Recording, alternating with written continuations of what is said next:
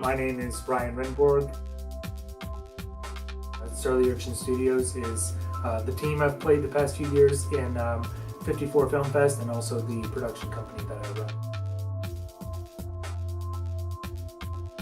I always have to be there trying to get in. I have to know that it got into the right hands. I usually have someone set aside ahead of time who's driving, because I'm in no fit state to drive when I'm leaving for there anyway. So I fall asleep. Yeah, that's probably the very first thing almost every time. Yeah.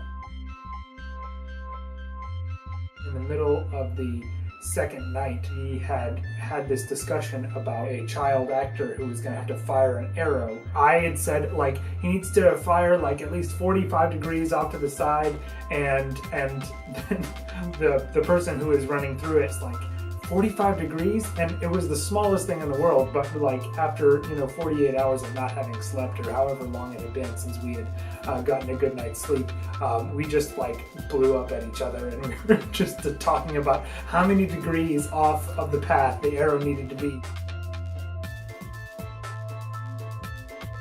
My favorite shot from any of the films I've submitted to the 54, it's the shot of the children in the Rat King, where they're in this cave, and we just happened upon this cave, and then our sound designer put in this low sound that just made me cringe, and just the whole feeling of that shot as it's tracking across, and these weepy children are chained to rocks and stuff like that. That's my favorite shot from a 54 film.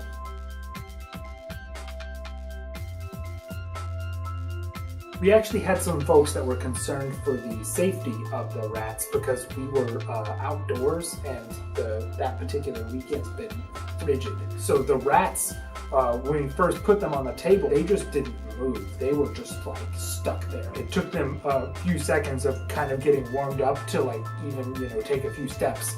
So after that, we decided to do a shot by the fire with the rats so that they could be warm during part of their performance, and they definitely seemed more chipper during that part of the shot. In a theater performance, I was acting, where I actually had to put a live rat into my mouth. So, I have lots of on-set experience with rats, and so did a lot of the people that worked on the Rat King with me. We were just all, rat veterans. I don't know, how I ended up with a group of people that was so experienced with rodents, but we were.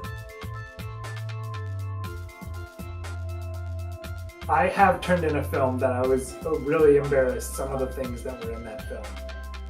And the film ended up winning the timed competition. It wasn't a 54 competition, but that film ended up winning. I didn't even go to the awards ceremony. I found out later on from somebody else that the film ended up winning.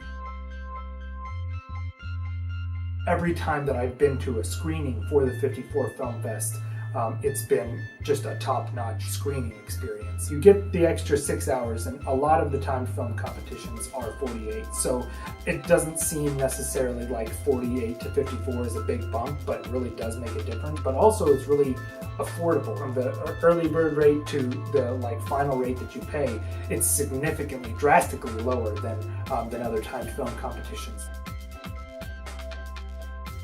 If you only have that one kind of person pulling everything together, I would say you don't want a team that's more than 7 or 8 people. However, if you're able to coordinate with several different people, and you're able to be a director or just a producer, and then have a unit production manager, first AD that knows what they're doing, and you can fill in some of the roles like that, you have people to manage those crew members and cast members that you're bringing in, you don't want to go beyond something like 15 or 16 people, because having more people to manage means taking more time to do that, and that will take time away from you being able to get a quality shot or a quality edit. This is skydiving for production people. It's all the adrenaline rush from doing some kind of death-defying stunt, but then you're doing it as a filmmaker the entire time.